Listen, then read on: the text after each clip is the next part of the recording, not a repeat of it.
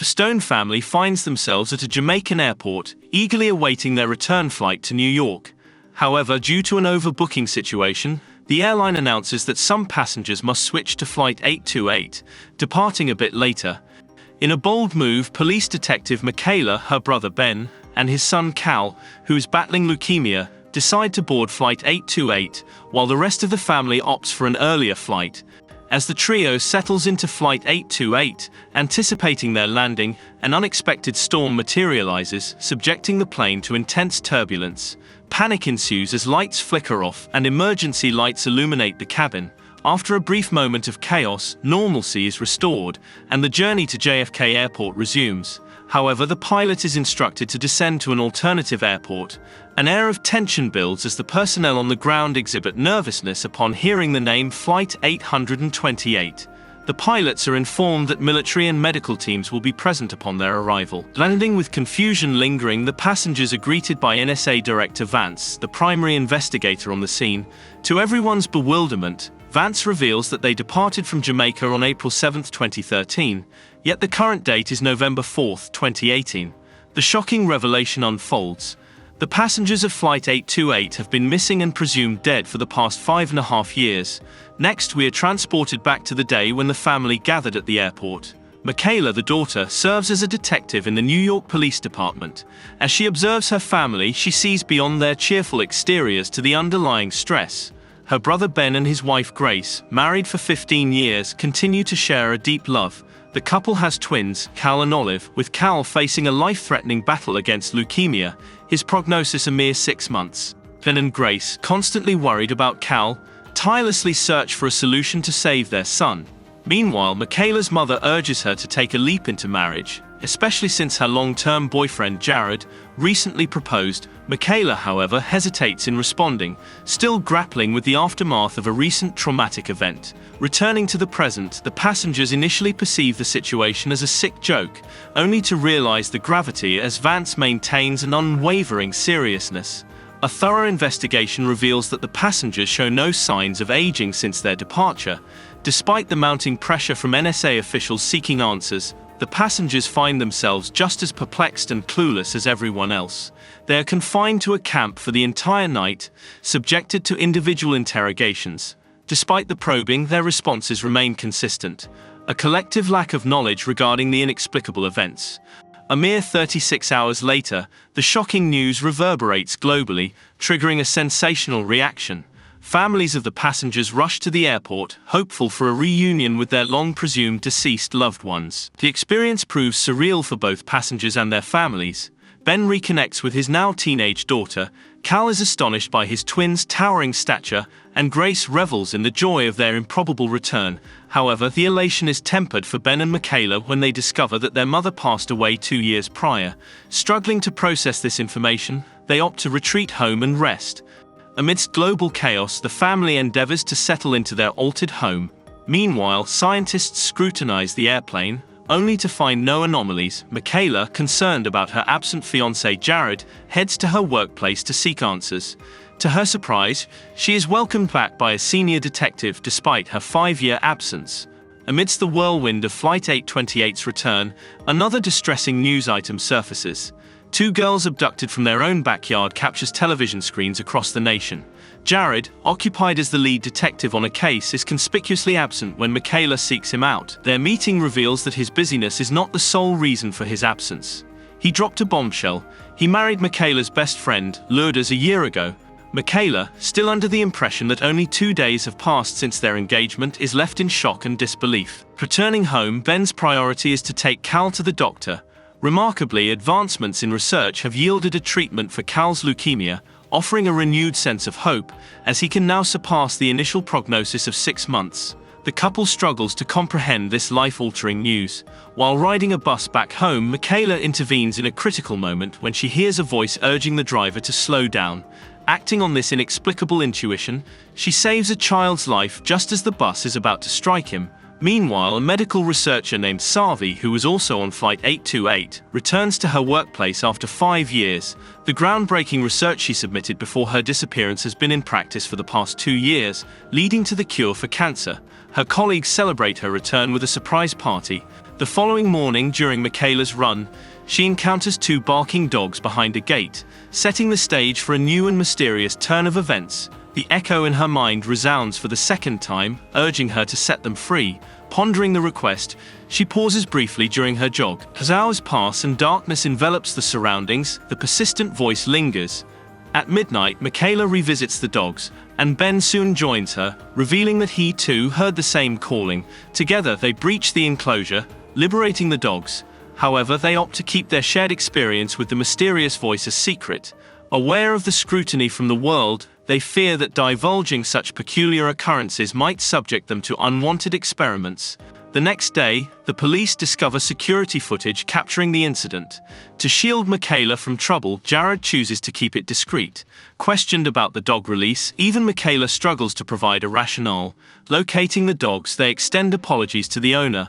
Simultaneously, Ben endeavors to rebuild his relationship with Olive, attending her football games and reconnecting with her life. Progress is cautious, considering the impact of Cal and Ben's disappearance, which prompted Olive to undergo therapy for several years. Approaching the dogs once more, Michaela is once again captivated by the compelling voice instructing her to release them. While Jared negotiates with the dog's owner, attempting to clarify the situation, Michaela is consumed by the persistent voice, diverting her attention. Driven by pure instinct, she impulsively opens a door, revealing the two girls who had been abducted a few days prior. The voice, it seems, was imploring her to free the girls, not the dogs. Caught off guard, Jared is left stunned, but his immediate focus shifts to apprehending the kidnapper. Recognizing Michaela's swift resolution of the case upon her return, the police force deems her fit for duty. However, they assign her to desk duty for a few days as they gauge her readiness. Elsewhere, Ben and the family engage in a board game. Grace receives a text from her boyfriend expressing his longing, hinting at a pre-existing relationship before Ben's return. Though grappling with the truth, she hesitates to disclose it to him.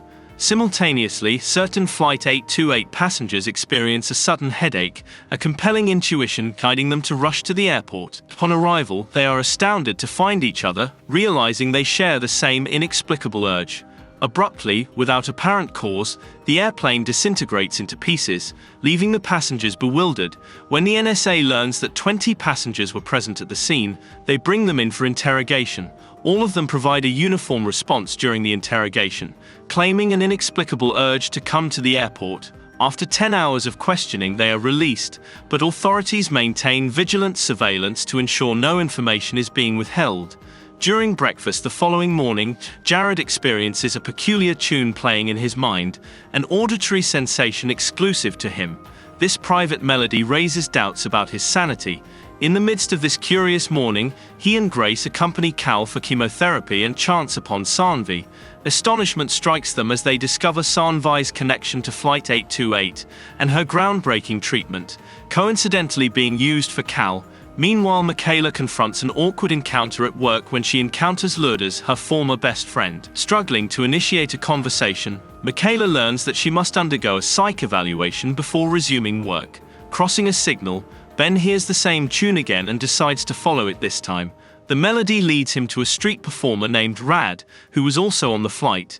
It unfolds that Rad left his 13-year-old son, Adio, with a neighbor when he initially boarded the plane. Now aware that Adio is in jail, Rad faces obstacles in reuniting with his son. Jared receives a summons from Rad, compelling him to assist. Leveraging his connections within the NYPD, Jared orchestrates a meeting between Rad and his son, Adio. Adio faces allegations of stealing from the jewelry store where he is employed, vehemently asserting his innocence. Despite suspicions, Ben senses an authenticity in Adio's words.